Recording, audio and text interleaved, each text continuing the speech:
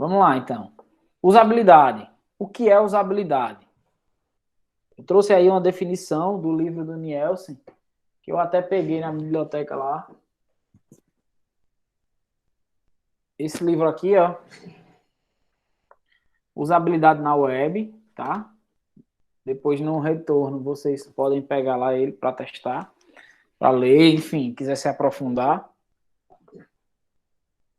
E o que é essa usabilidade? Usabilidade é um atributo de qualidade relacionado à facilidade do uso de algo. Por exemplo, quando a gente pensou em usar o Google Sala de Aula, ao invés de usar o Moodle, por que a gente pensou isso? Pela questão da usabilidade. Porque utilizar o Google Sala de Aula é muito mais fácil de usar do que o Moodle, tá? Mais especificamente, refere-se à rapidez com que o usuário pode aprender a usar algo. Então, por exemplo, quem aqui fez um curso para aprender a usar o WhatsApp, por exemplo? Alguém fez um curso para aprender a usar o WhatsApp? Peraí que eu fiz. Não. Pois é, então por quê? Porque a usabilidade dele é muito fácil, né? O WhatsApp ele tem uma usabilidade bem intuitiva, tá? E aí o que é que acontece? É, quando você usa o WhatsApp, você já está acostumado com aquele toque para o lado, né? Para ir para as conversas. Aí o Instagram vem e faz a mesma coisa. Então, por que o Instagram faz isso? Por conta da usabilidade. Se você já está acostumado a usar o WhatsApp, você arrasta para o lado, vê as conversas do direct.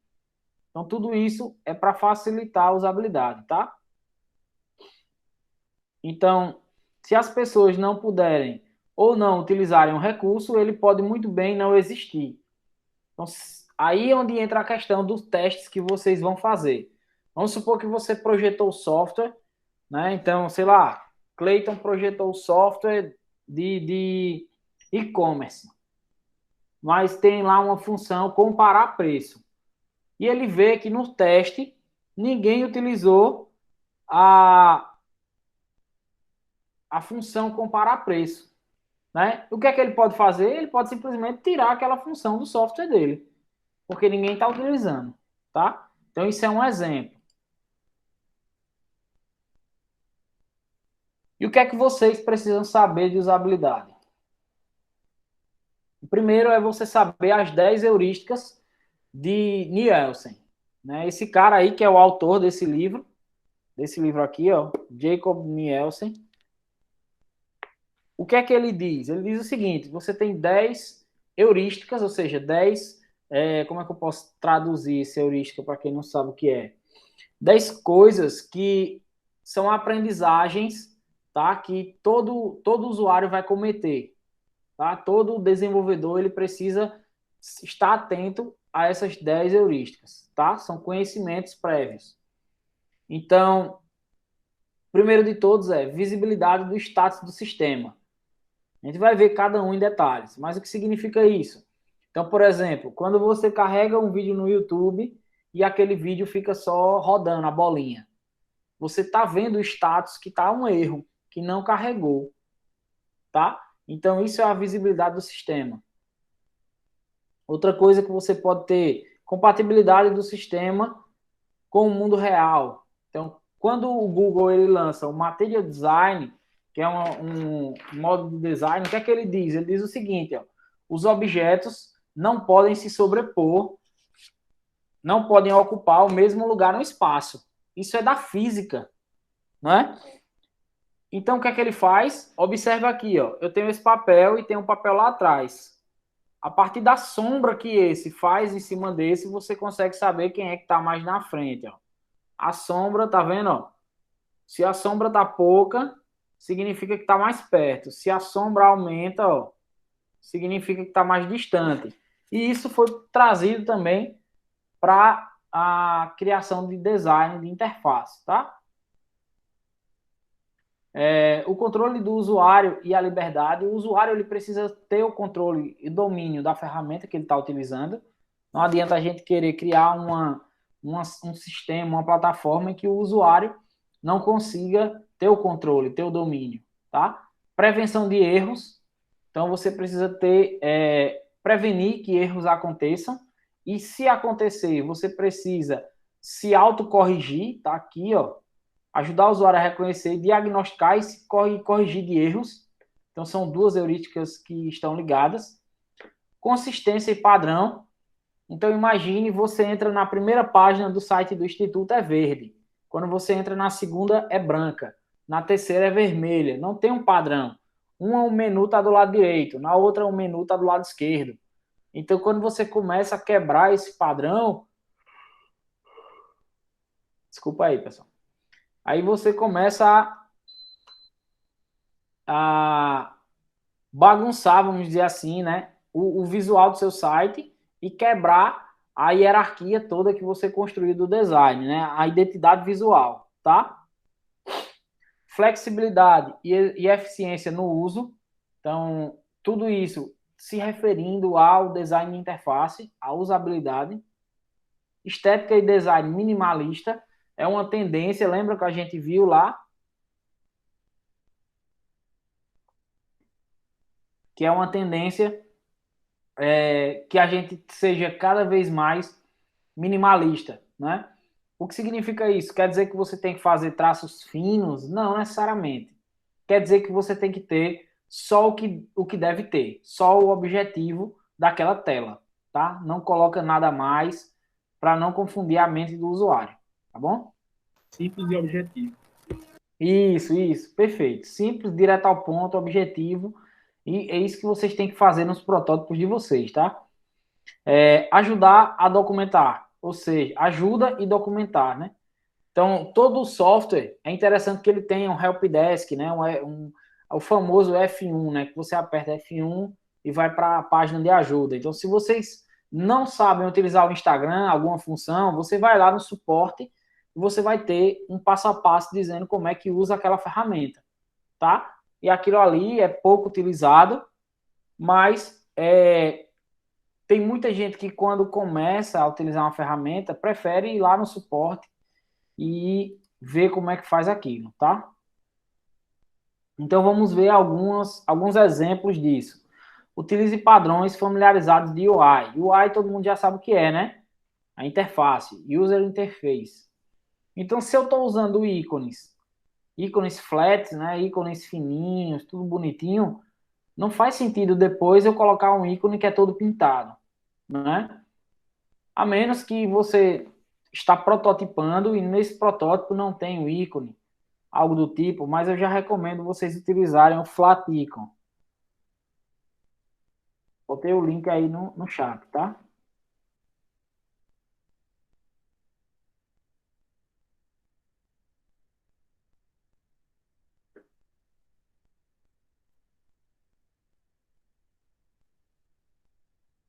A Gidevan colocou, se eu colocar aí opacity 0.5, dá para ver os dois objetos no mesmo espaço e ainda visualizar ambos. Dá, mas você vai saber qual é o que está em cima.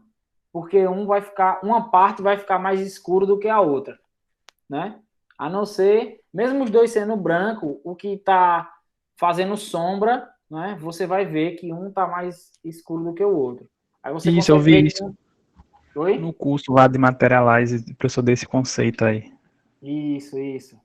Aí você vai ver que tem um que está mais próximo, né? Vamos dizer assim, de você, né? Na medida que a sombra vai aumentando, porque ele está mais próximo do usuário, tá? E porque também quando o cara usa esse recurso, né, é como se estivesse transformando o objeto da frente em uma sombra, né? Isso, você aplica uma sombra mesmo, né? É uma sombra de verdade. Então, por exemplo, você tem aqui esse objeto. Aí eu tenho um outro objeto aqui, ó. Quando eu coloco um objeto na frente, não tá, a luz aqui tá muito forte. Não sei se tá dando para ver aqui, ó. Tá vendo a sombra lá atrás? Então, essa sombra, se eu deixo mais perto, a sombra diminui. Se eu deixo mais distante, a sombra vai ficando distante. Então, o Material Design, ele faz exatamente isso. Ele trata todos os objetos, ele coloca essa sombra que é para a gente ter a certeza do que é que está na frente e o que é que está atrás. Isso é um exemplo, tá? Mas tem design que você não tem nenhuma sombra e você não sabe realmente o que é que está na frente e o que é que está atrás. Então, você precisa ter ícones concisos, né? Uma estética que seja concisa e, principalmente, você precisa ter uma consistência entre tudo, tá? Aqui exemplos, ó. Só para vocês verem aqui, ó. Esses aqui não tem sombra, tá vendo? Isso é um design flat. Design chapado, né? Chamado flat também, que tá aí, ó. Não tem nenhuma sombra aqui. A Microsoft é que usa muito isso, né? No Windows 10. Aqui já é o Material Design, ó. Tá vendo aqui a sombra? Então, por essa sombra aqui estar maior, é como se ela tá na frente desse card, porque esse card aqui tem pouca sombra. Tá vendo? É isso aqui que eu estava explicando a vocês. Ok? Segundo, mantenha a clareza. Se preocupe com a usabilidade. Então, se você coloca um botão de adicionar vermelho, um botão de remover verde, isso vai causar uma confusão na cabeça do usuário. Tá? Então, imagina um usuário, sei lá, analfabeto. E às vezes aqui pode ser, sei lá, aquela caixinha que já vem marcada, né? Que vinha antigamente. Instalar barra do Google Chrome, barra do Google. O baixa aqui que vem pedindo para instalar Baidu, um monte de coisa. Já vem tudo marcado. Você só vai avançando, pensando que está instalando um programa, quando na verdade está instalando 2, 3, 4 programas às vezes. Tá? O Chrome. Isso. O Chrome, um monte de programa. Então aqui, ó, tem que ter clareza, né? Se preocupe com a usabilidade, tá? Por padrão, por convenção, o vermelho é remover, é deletar, é uma cor. A gente viu psicologia das cores, né? Então é uma coisa negativa, não é uma coisa de deletar, excluir, tá? Hierarquia nas informações. Então, olhem aí. Primeiro você vai ler isso aqui, que eu sei. Depois você vai ler isso. Depois você vai ler isso aqui. Aconteceu dessa forma ou não? É certo. Por quê? Porque o vermelho está chamando mais a sua atenção e está com a letra maior. Depois você tem um negrito já no final da sua leitura. Depois é que você vai voltar para o pequenininho lá em cima, tá? Então isso é a hierarquia da informação. Então você não pode poluir muito a página do seu site, né? Enfim, se você poluir o seu aplicativo cheio de texto, cheio de informação, então não fica legal, tá? Utilizem tamanhos que diferenciam o título do subtítulo. Realmente, o título do subtítulo do texto.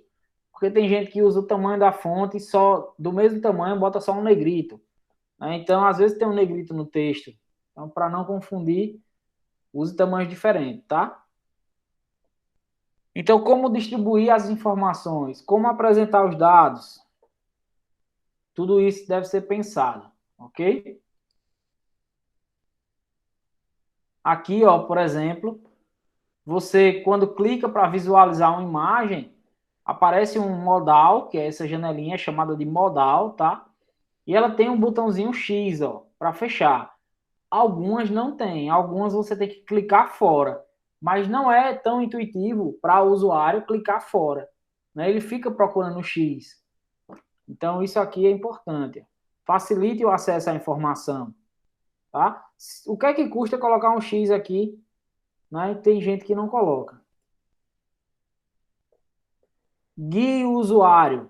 Então, se você vai fazer um sistema onde o usuário vai se cadastrar e tem um formulário muito grande, mostre para ele que tem várias etapas do formulário.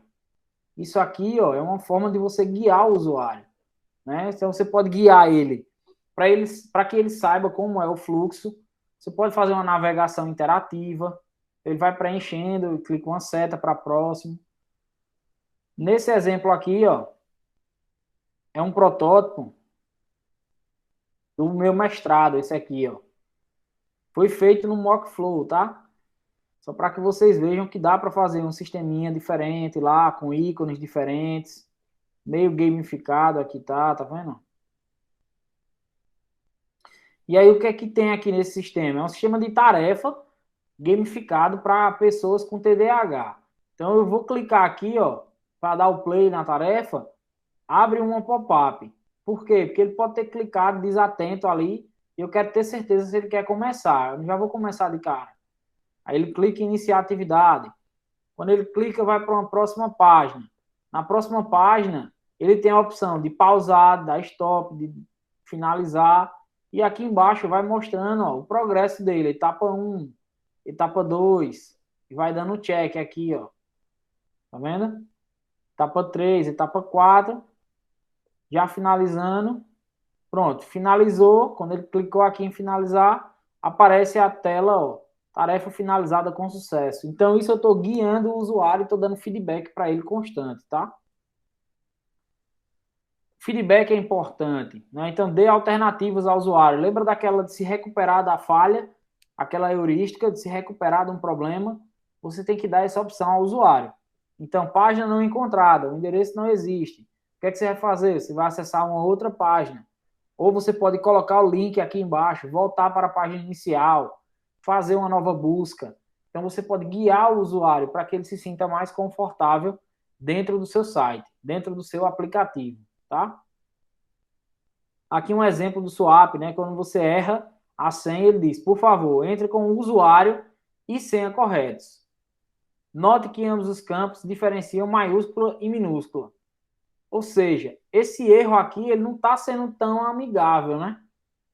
Note que ambos diferenciam maiúscula de minúscula. Como é que eu vou notar isso? Não tem como eu notar. Isso é uma informação que ele está me dizendo agora. Então, era para ele dizer, sei lá, lembre-se, ou saiba que os dois campos diferenciam, algo do tipo. Né? Note significa que ele está pedindo para eu fazer algo. Só que eu não preciso fazer algo. E aqui, ó, por favor, entre com o usuário e senha correto. Tá, eu sei que eu errei. Mas o que foi que eu errei? Eu errei o usuário ou eu errei a senha? Ele poderia me dizer, usuário não encontrado, porque não existe esse usuário. Usuário. E aí, se eu coloco o usuário correto e erro a senha, ele diz, senha inválida.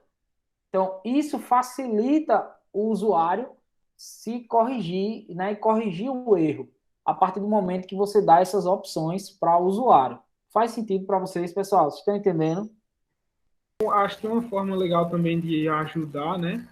É tipo uma exclamaçãozinha, não sei como é, que fica no final do campo, como um íconezinho que você clica ou passa o mouse em cima e ele explica como funciona naquele campo, por exemplo.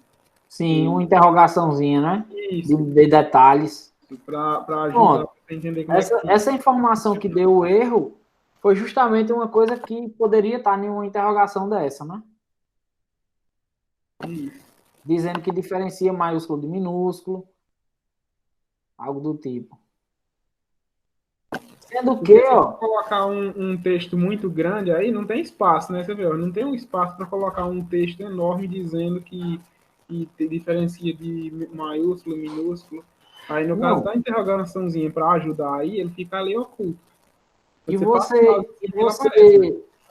só para você ter uma ideia, Gilderman, de como essa mensagem ela não faz sentido, o usuário é sempre a matrícula, não é a matrícula de vocês? Como é que você escreve um número maiúsculo ou minúsculo? Não tem isso. Número é número. E aí está dizendo que o usuário, né, ambos os campos diferenciam maiúsculo e minúsculo. Só que o usuário é número. Não é verdade, verdade. É verdade. Isso aí, entendeu? Não faz sentido, pô. É uma coisa que ele está dando feedback, mas o feedback não serve de nada para o usuário. Isso aí não serve de nada. Porque eu não sei se eu errei a senha, se eu errei o login. Eu não sei o que eu errei, tá? Então, assim, quando vocês forem prototipar o aplicativo de vocês, pensem nessas questões, tá? Então, aqui, ó, interaja com a ação do usuário. Se eu dei o play, eu quero ver algo carregando. Então, nem que seja a bolinha aqui para me dar um feedback e dizer, ó, seu vídeo está carregando, tenha calma, daqui a pouco vai aparecer algo, tá? Então, isso aqui é importantíssimo. E vem um protótipo, que é justamente o que vocês vão fazer, né? O protótipo, ele parte a partir de um brainstorm. O que é um brainstorm, né? Se eu traduzir ao pé da letra, é uma tempestade de ideias, né? Assim, cerebral. É quando você pega um papel em branco e começa a escrever um monte de coisa. Então, por exemplo, Eu estava fazendo um slide para uma palestra e eu comecei a escrever isso aqui, ó. Não sei se vai dar para ler, enfim, eu vou ler aqui para vocês, ó. Tecnologia na pandemia. Aí eu coloquei, ó, soluções de combate, setor educacional, setor industrial, redes sociais. São só ideias do que eu queria falar. Então isso é um brainstorm, tá? Vocês podem fazer isso online, até num grupo de WhatsApp. Pessoal, vamos dando aí as ideias, o que é que a gente pode ter no sistema? Ah, o sistema pode ter uma tela disso, pode ter uma tela daquilo. Seriam os requisitos funcionais, tá? Ou melhor dizendo, os requisitos. Então você vai fazer um rascunho, né? Que é essa primeira etapa. Pode ser desse jeito aqui, ó, o desenho. Ou pode ser no papel. Mas só que no papel, na verdade, não pode ser, né? Falei errado. Porque a gente vai ter que fazer no Quant UX. Então, se vai fazer no Quant UX, não dá para fazer no papel. A não ser que você fotografe o papel, tire foto, corte as telas e bote lá na tela para a gente testar. Mas o Mockflow, ele faz assim também, tá? Eu recomendo fazer direto o protótipo de alta fidelidade. Você vai reduzir trabalho, porque não vai precisar fazer dois, tá? E aí a gente vai validar isso. Como é que a gente vai validar?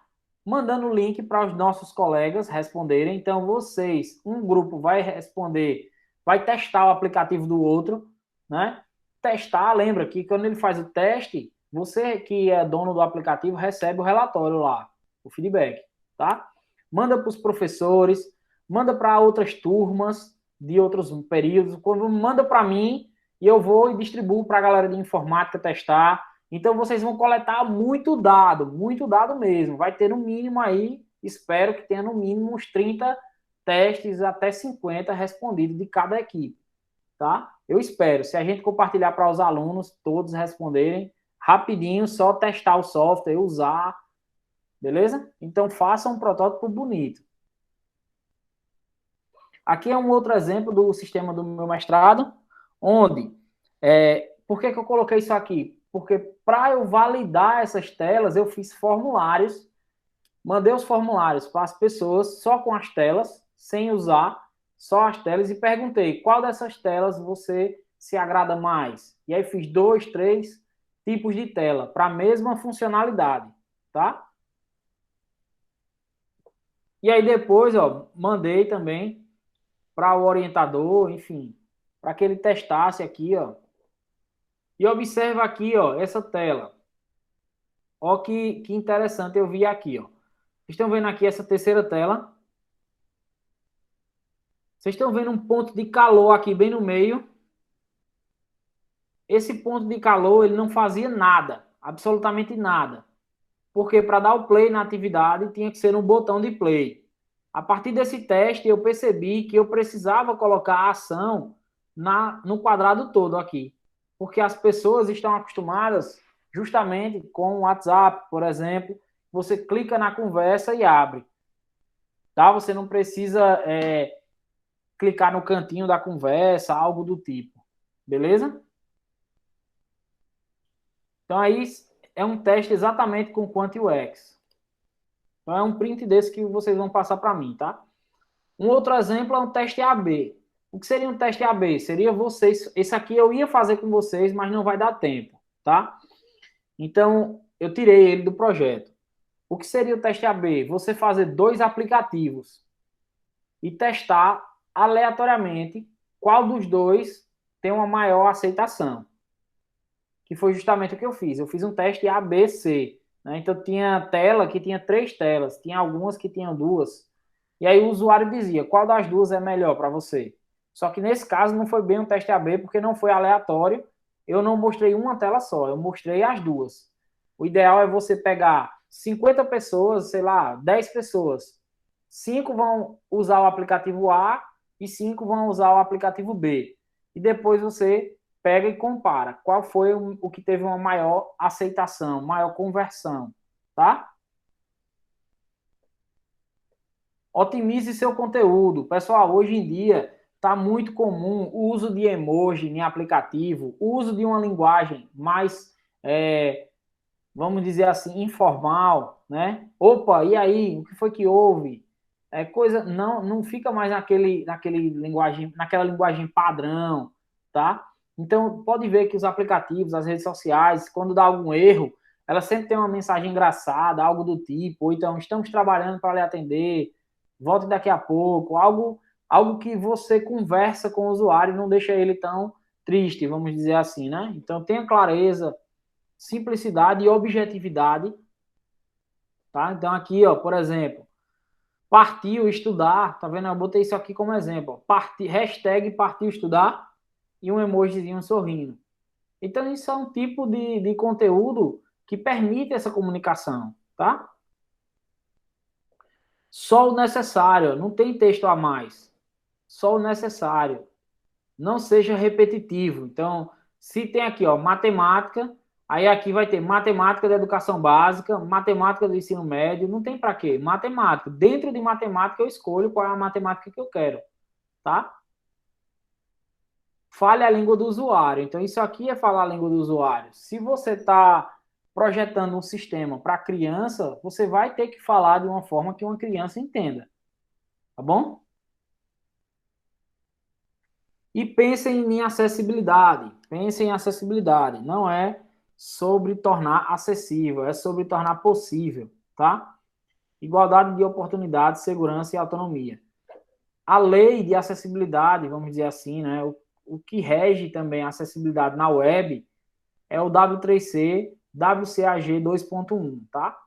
Então, ela diz que qualquer sistema que você faça, ela precisa ser perceptível, operável, compreensível e robusto, né? É o que eles chamam de POUR, né? P-O-U-R, POUR, tá? Então, por que tudo isso? Perceptível aos olhos, ouvidos e tato. Então, se você tem um cego acessando, ele precisa ouvir aquele conteúdo, tá? Operável por mouse, teclado e voz, principalmente voz hoje em dia, né? Tem utilizado muito áudio no WhatsApp, o áudio para digitar no teclado do Google Chrome ou do Google Android, né? Conteúdo ele precisa ser claro e sem ambiguidade.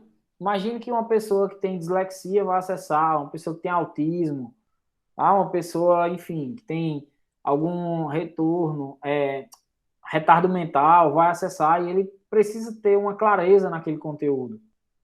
E principalmente ele tem que funcionar em qualquer lugar, né? Isso aqui não é nem um a mais, isso é obrigação, tá? Funcionar responsivo. Então, nesse caso, se tratando de um site, de um sistema web. Se for um aplicativo, ele tem que funcionar nas duas plataformas, pelo menos Android e Apple, né? E para a gente fechar, lembra de empatia, tá? Então, estude sobre o usuário. Quem é o seu usuário? Para quem você está projetando o seu software, tá? Crie personas, faça um mapa de empatia, faça um fictício. Quem é o meu público-alvo? Quais são as dores? O que é que ele quer resolver? Quais são as necessidades? Tá? Quem são nossos usuários? Considere um contexto de uso. Ouça críticas, julgue menos, né? Entenda a fundo o usuário e o problema que ele tem enfrentado antes de você resolver com o seu software, tá? Então aqui, ó, é o desejável, é o cara do UX. É o viável, é o gestor do produto. Ele vai dizer, ó, financeiramente isso aí não é viável. E é o possível, né? Engenharia do produto. Então, o desenvolvedor de software ele vai dizer, ó, isso é possível de implementar, isso não é possível. Então, baseado nessa interseção, você vai ter o seu produto, tá? Lembram aí, ó, o mapa de empatia. Aplica ele lá. Vocês têm a cópia disso aqui, pode botar no Google lá, mapa de empatia, que já vai aparecer esse modelinho também. E o slide está disponível para vocês já. Ok, pessoal? E a gente finaliza aqui essa aula. Vocês têm alguma dúvida? Alguma pergunta?